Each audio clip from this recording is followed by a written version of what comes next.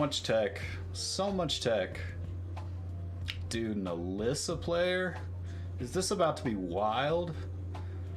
Look at those stats, man. But he's got a lot of games. I respect anybody that has a lot of games on their wins. People like to talk shit about how many wins you have and whatever rank you are, but those people are idiots.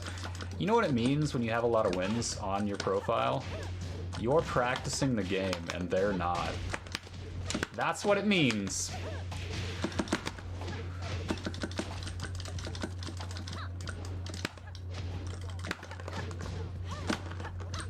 Oof.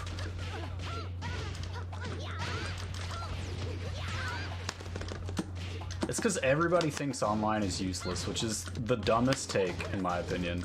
Online is not useless. It has its uses. They're just... there's some shit you can get away with that you gotta adjust to. That's for sure.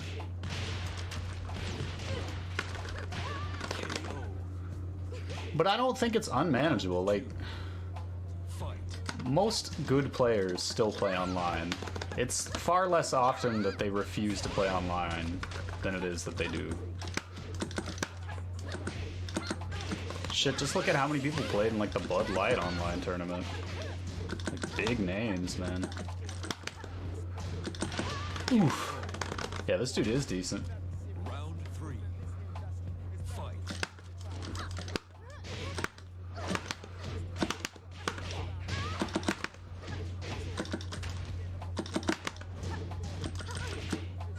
Could have gotten a way bigger punish there.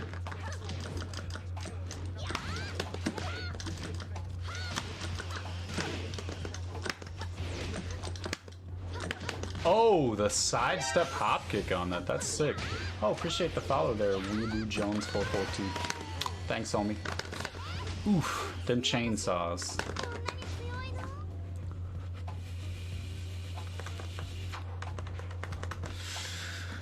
Weeb Jones. I'm not gonna lie, I'm a weeb myself, man. Persona 5, that's my shit right there, dude. Are y'all excited about the Royal Edition next year? It's adding so much to what is already the best JRPG I've ever played. I can't believe Persona 5 is gonna be Game of the Year. 2 years. 2 years? That's crazy. Most games don't even get 1 Game of the Year. The sick fucks.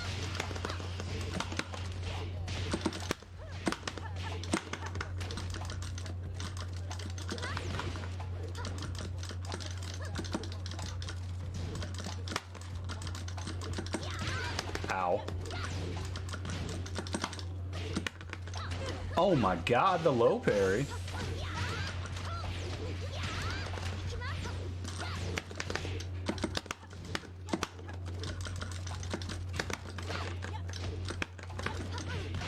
Oof, well done, well done. Whew.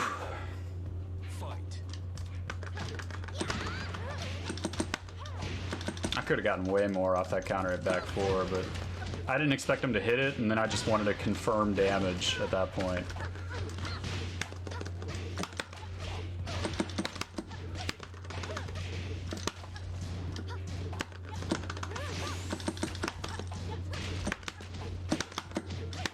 Dope, man, dope!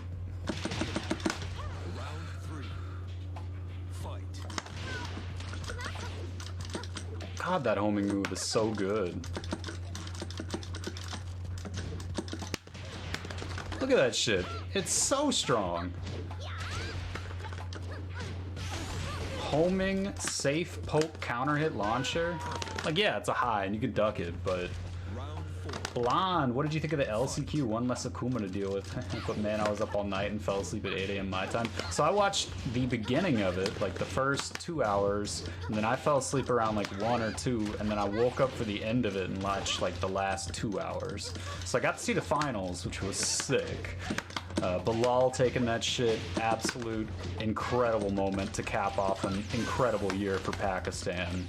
Shout out to Pakistan, really just coming out of nowhere and proving themselves to be not only a region that can handle themselves, but arguably the strongest region in the world right now, just shutting down East and West styles with some magical Wu-Tang Clan shit. Damn, that's awesome. iMusician was a damn beast, dude. iMusician played so well. It's been a hot minute since I've been, like, really proud of iMusician. He had, you know, he's always had such a strong Yoshi, the strongest Yoshi in the world for years now, but he hasn't really had a moment like the LCQ in a long time. So that was, man, that was really cool to see. I wish there were more Yoshis. I'm a big fan of the character. But I don't think I could play Yoshi and Nina, so I'm not willing to do it myself. That's too much. No one man should have all that power. I wanted him, Junior, Cuddle, and John Ding to do well. Dude, I'm always rooting for Junior, Cuddle, and John Ding. All three of those, like, they feel like big fan favorites, all three of them. Every now and then you get somebody who's like a little misogynistic who talks shit about Cuddle, but most people got nothing but respect for that girl's grind, dude. She is incredible and gonna do great in the future. She's on that cusp, man, that cusp of greatness. It's cool though to see the consistent progress every year out of her.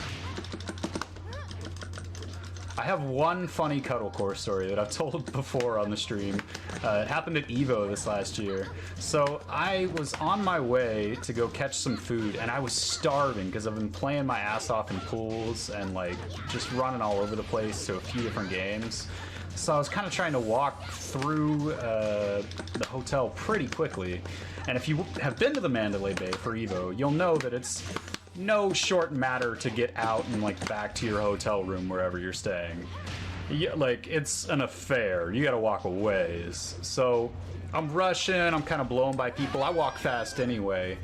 And I'm like looking at my phone trying to text one of my roommates back in Texas and talk to them, and I realize that the person in front of me is going like really slow and starting to frustrate me. So I look up just in time to realize that I'm like way too awkwardly close behind like Cuddle and her crew, and I think they were starting to think I was like some weird stalker guy. So I just like booked it out of there as quick as I can. I was like, no man, I was just like texting and walking fast, my bad. I felt so bad when I saw Cuddle's face. I was like, nah, that ain't me, man. No, it wasn't like that. John Ding, because I'm a capo player. Lol, but Cuddle is a dear friend of mine and Junior's my bro, so that goes without saying. Now it's time for Shadow to do work. Dude, Shadow been doing work. I watched him at Kumite in Texas. Oh man, he killed it this year at Kumite. Shadow,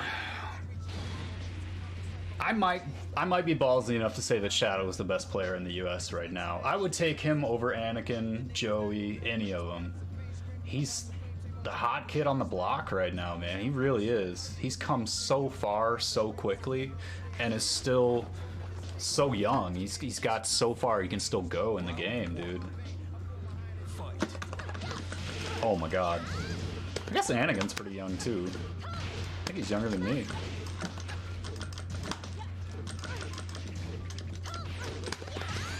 I want to say Joey's around my age.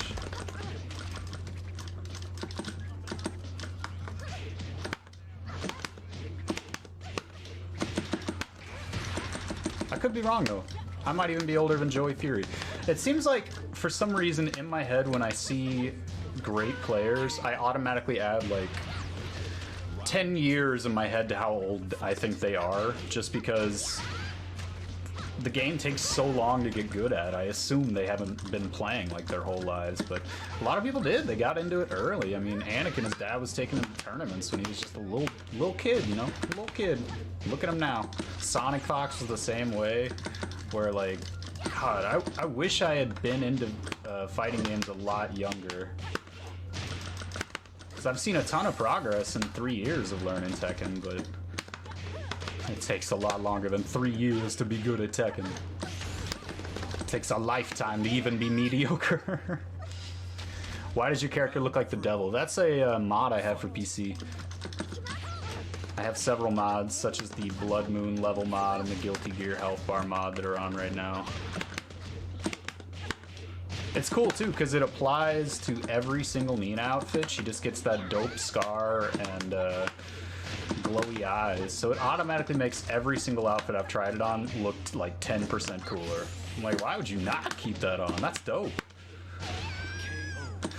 I can see most people it's not going to benefit them. They probably don't see Nina like but once a year, but you know, I see her every time I play the game, so hey, stop it, stop it.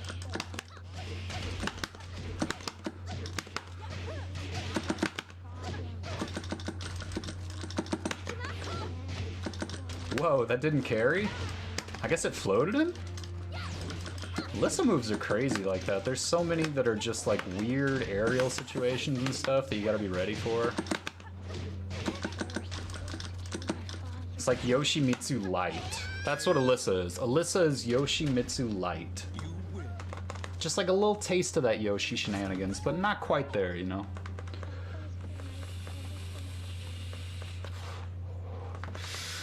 Oh man, should I play ranked here in a bit? What do y'all think? I made it to Siryu last week. I can't remember if that was off stream or on stream, but it was before Thanksgiving, and then I lost it. But before I made Siryu, like Byaku was as high as I'd been, so I'm sure we could get Siryu back. Maybe go higher than that. I really want to see myself in purple ranks. I think I'm ready for purples. I think so. Oh man, I dropped that combo. Maybe I'm not ready for purples. I take it back. Purple is canceled. Catch that slide. Congratulations to your zebra title. In the meantime, you try to learn tech and you could have learned a new language instead. Yeah, well, I mean, different strokes for different folks. I would enjoy learning a different language, but it seems like a daunting task. Like, language is something you have to be speaking regularly or you kind of lose it. So, you know, let's say I learn another language. It has to be something that will benefit me. I guess living in Texas, I could learn Spanish and it would probably benefit me regularly. But I took French in high school, not really thinking about it. Just kind of, you know, following where my interest lied. And no offense to any Hispanic culture, but French culture interested me. They're kind of artsy. I'm an artist. I draw. I'm a musician. You know, I wanted to know what France was all about. It took a few years of studying it to find out they're all about pretension. But, you know, it's still cool culture. It's cool in its own way. I can't believe that crushed that. That's sick. France was all about croissants. That croissant game too strong. Are there any good, like, French players? I can't think of any French players off the top of my head, but I'm sure they have to exist. I don't watch a lot of the European majors, because it doesn't seem like there's very many that are, like, big yet, but to be fair, I also... and this is gonna sound like an utter disrespect to the work they put in, but I dead-ass hate almost every European commentator, for the most part. Now, part of it is the style of just European approach to commentary, I think. It's very different than the American style, but I'm a much bigger fan of the American style a lot of the time. So, like, Spag and, oh god, who is the guy that's always with Spag? Blackbeard.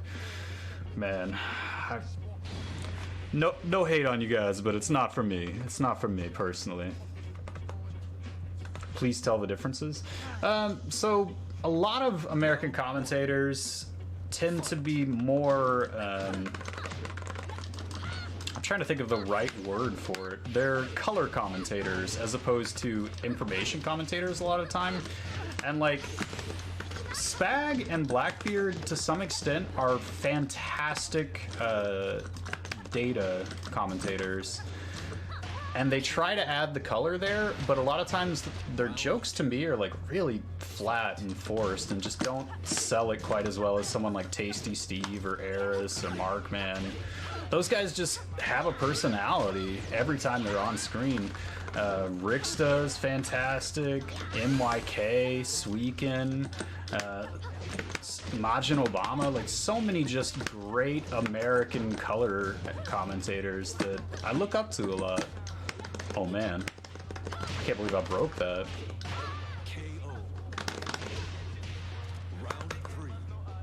And I don't think I've gotten to watch commentators from any other region. I don't know if there's commentators from like the Eastern region or anything that commentate in English. Obviously the Tekken World Tour isn't really giving them work, because it seems like it's like the same 10 dudes that do every big major. But I'm sure there's smaller majors I could watch that would probably have some people. I wonder what like Australian commentary is like. I would love to watch some commentary in their ridiculous voice. Like, especially if it was a really heavy Australian accent.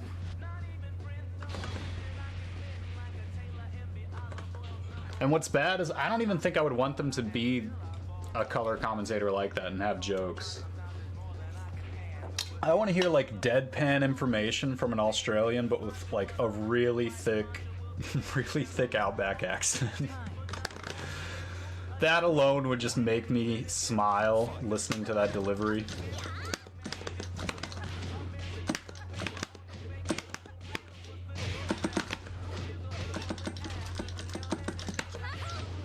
Oh, that shit floats there? I wasn't ready for it. Ow.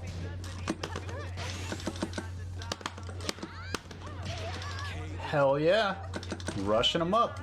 I don't know if you tried to do it yourself, though. Would be entertaining. I have. I did commentary at Kumite in Texas. I've also done it at a couple of smaller events. I did it at a... God, what is it? Low Tier City? Yeah, Low Tier City. Which 2 years ago was the same thing as Kumite in Texas, but this year when Kumite in Texas was like big and like crazy good this year, they were two separate events. But I did commentary for both. I've done it at some like locals in the area.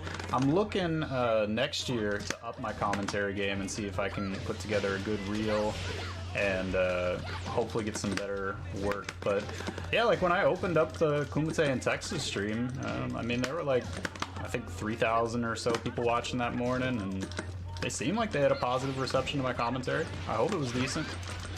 I'm not the most informed at the game, admittedly. That's something I need to work on. I'm trying to spend more time labbing and studying characters, not just for my own gameplay, but for my commentary, just so I don't sound like I have no fucking clue sometimes.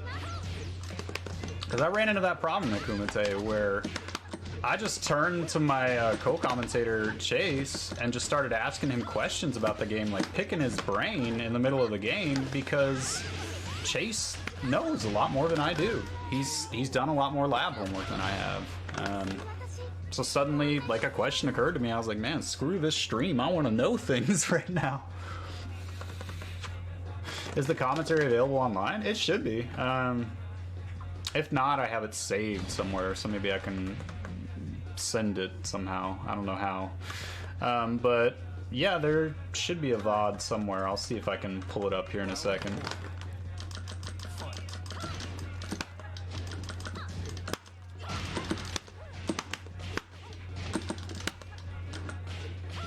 It was kind of funny because some people knew, like obviously all my local friends knew I was doing commentary there, but like there's people from, you know, the internet, the e-webs, that had no idea I was going to do it and just turned on Tekken, and then I got messages later like, yo, is that you? I'm like, yeah, bro, what's up? Just doing my thing. You are like such a good player, how can you not know something? I am like a mid-tier player at this point, where I can hold my own against most players unless they're like absolute top tier. I might not always win, but it's pretty rare I get embarrassed anymore. Which, I mean, that's the goal for anyone, right? Just at least get there. I'm hoping to continue to grow and learn more. Because I really feel like in the last year, the neutral of the game has started to click more for me. I gotta stop throwing shit like that all the time, but that's the life of a Nina player. You just get in bad habits from taking risks, and your muscle memory goes, press insane things! And then, nope, that was not the right call.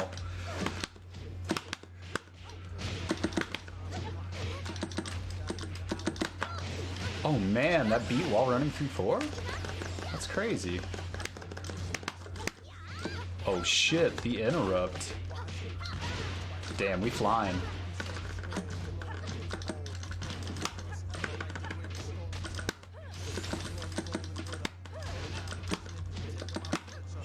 Oh, caught him with the down back too. That's what's up. To be frank, I'm a horrible player. That's okay. Frank is cool. I like Frank. There's plenty of good Franks. Frank Castle, Frank West. Shit, I'm running out of them already. Somebody help me. I thought I had more in my pocket. Oh no, oh no. I'm not a zebra rank like you. Zebra ranks.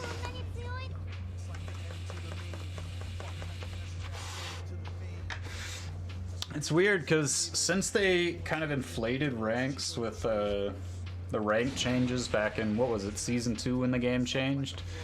A lot of people tend to think of red rank and above now as being like the old green ranks pretty much. So by that argument, I haven't grown at all in 3 seasons of Tekken. But my opinion is that's a horribly simplistic view of what actually happened to the ranking system. Because before that, the statistical spread of players who were on like the top 60% of the ranks you could achieve were only like 5% of the players in the world. And everyone else was down below that in like the bottom 40%. And that's a horrible spread for your ranks. It encourages negativity to your players because they don't feel like they're growing. When the spread they have now gives you a lot more feeling of personal achievement. Even though rank, like, yeah, it arguably means absolutely nothing. It's one of your best ways as a player to directly get feedback from the game right now as to whether or not you actually have leveled up your game.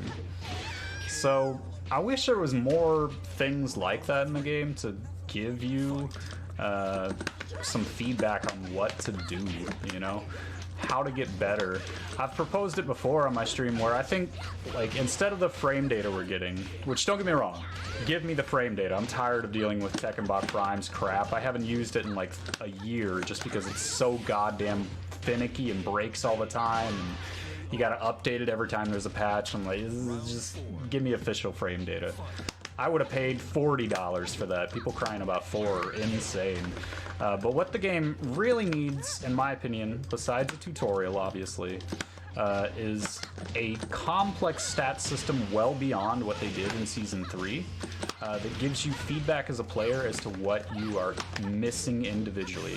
So Overwatch has something like this, if you guys have ever played Overwatch, where it tracks, you know, your accuracy with each player, your objective kills, time spent on the objective, which character you have the best accuracy with, the best KD ratio, all these actual numbers for you as a player to learn from. And you could apply that same concept to teaching fighting games, and nobody has taken the time to do it well. You could apply that to, like, how many of these moves have you blocked and optimized punishes. You could apply it to how many times have you flash ducked the string. If somebody took the time to break down the actual things that you have to learn and practice and make a spreadsheet of statistics for you to go through and see feedback as a player of this needs to go up in the green arrow and that needs to come down in the red arrow, people could learn at such a faster rate. It's a brilliant concept, but nobody wants to spend the money to do it. I think that is too complex and unintuitive for newcomers. But that's the thing, is like, newcomers, all you really need to do is have a tutorial for them, which Bandai Namco has failed horribly. Beyond that, a hefty portion of your first 2 years with the game is just starting to understand what the neutral even is. Like, what am I doing? There's so many mechanics you have to become you know, competent at. Sidestep block, Korean backdash, you know, learning where flash stucks can occur, finding out what fuzzying is, all these things that, yeah, if you played other fighting games, you might have a step up. But imagine it for somebody who's never picked up Tekken before, you know. It's daunting enough to pick a character from 30 different characters, but the game doesn't give you any feedback how complicated they are. It doesn't give you a tutorial to show you even like what a decent option of a move might be with them. It just gives you 100 move roster when this guy might be intimidated just knowing what his buttons are right now. That's some shit they do need to fix, in my opinion. And I think that things like a complex stat sheet like that could really be a game changer for Tekken in the future to continue growing at the pace that it is, because you can give people ways to want to grow, you know, encourage regions to up their individual stats and stuff. Find ways to bring that into the dojo system of the Tekken World Tour. You know, there's a lot of ways you could positively reinforce learning the game, and the FGC likes to negatively reinforce growth. And that's the wrong approach. That is the wrong approach to video games, 100%. That's Dark Soulsing it, and Dark Souls is an asshole. Don't do that to your players. Mario them. Give them coins to show them where to go. It doesn't matter if the jump's hard. It just matters that they have some vague idea that the jump's about to come before it happens. That's the difference between a game like Mario and a game like Sonic. Sonic is a dickhead, similar to Dark Souls, where like the goal of the game is to go as fast as possible, right? But also, if you try to just barrel ahead in any Sonic game, it runs you directly into the worst routes you can take. And that's intentional because they want you to learn to speedrun it and slow down. But it's also a dickhead move, because the player has no warning that they're about to trap themselves in the underwater hell that will kill them if they don't take the correct route. They just have to learn that through trial and error. And that's, I don't think that's the right way to do it. But it's not, like, none of these games are my game, so it's not my say. It's just my personal philosophy on it, that's all. Oof. Fuck, I love Sonic. Gotta go fast, get good noob. You love how Overwatch is a low barrier to entry and then really great depth the higher up you go. Yeah, I was just giving Overwatch as an example of how I think the FGC should look to try to grow new players in the future. Is Overwatch gives great feedback in its statistics. You know, I've been playing FPS 20 years on PC, easily, if not more. And I think it's really telling to the quality of what Overwatch has done to give feedback to their players that I feel like I'm better at FPS right now than I've ever been. And like, I stopped screwing with FPS for a long time, but my roommate loves Overwatch, so I kept coming back to it and coming back to it to play with him. And eventually it was like, well, fuck, if I'm back into FPS, let's take it seriously. Let's work on our tracking. Let's work on our flick shots. Let's work on all these things that gave me struggle back in CSGO days, you know? And, yeah, because there's such a wide variety of characters, great feedback on how you're doing all the time, you can really hone in your skills. Every time you die, you get a kill cam to watch the other guy and pick up techniques. You don't get that shit in Tekken. You don't get to get into their head. There's not even a fucking replay system. That's a big mistake, in my opinion, but maybe someday. Maybe they'll have the budget for Tekken 8.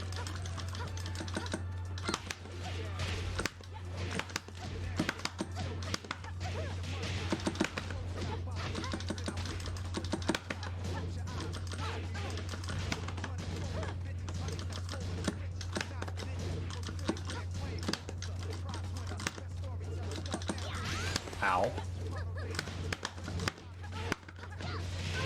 Nice interrupt on the sidestep one, dude. That was really sick.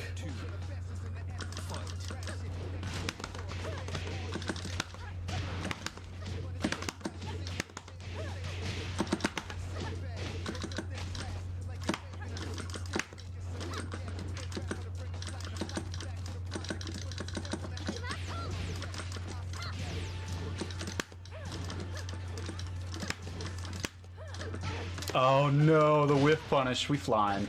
Big boy styling. Robot bitches. Get that fucking low out of here. I'll call you out, my man. Oh, the boop on the head. Yeah, the boop on the head.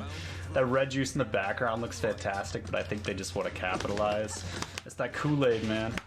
That's that Jim Jones Kool-Aid. If you don't know who Jim Jones is, that's a very dark joke.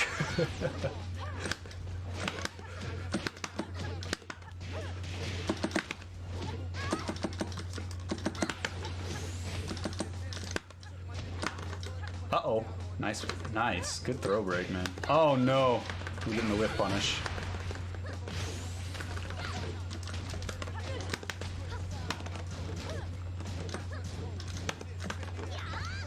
Oh, no. This dude's good, man. Like, I'm really struggling to open him up much. He has a great read on spacing and approaches.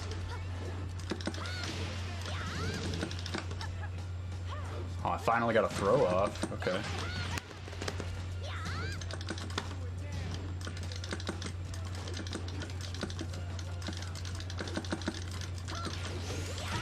Oh, shit.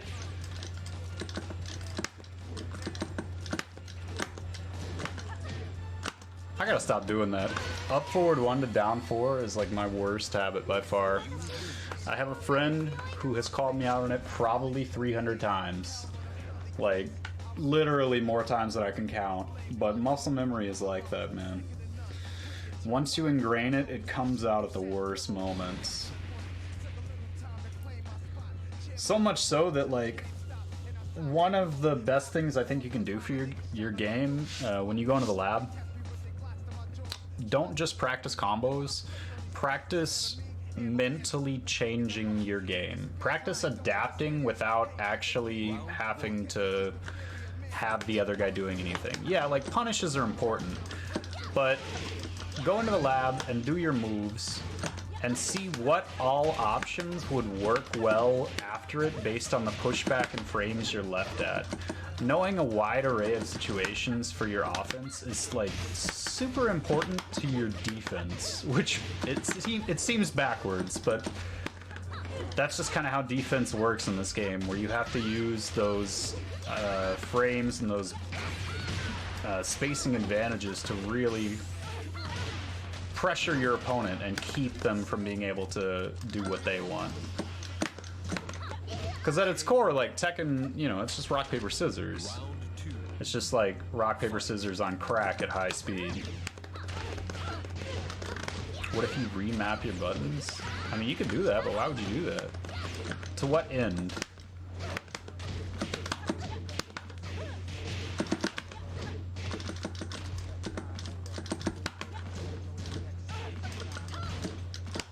Oh my god. Good stuff, man. Good stuff.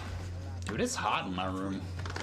I feel like every time I start to stream, I have to, like, go back and forth between 8 temperatures where I'm like, I'm cold at the beginning of the stream, so maybe I'll, like, close the vent, and then it gets hot, so I gotta open the vent back up, and then it's back and forth. My room has its own climate. To relearn your patterns?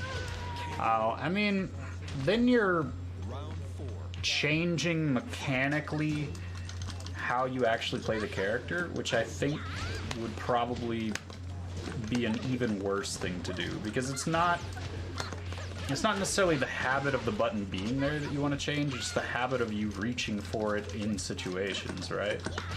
If anything, you want it to stay exactly the same, that your muscle memory for the button is right where it is. That'd be wild to just change that on the fly. Anyway, good games, Patrick. I'll mix it up. Man, it really is warm in here.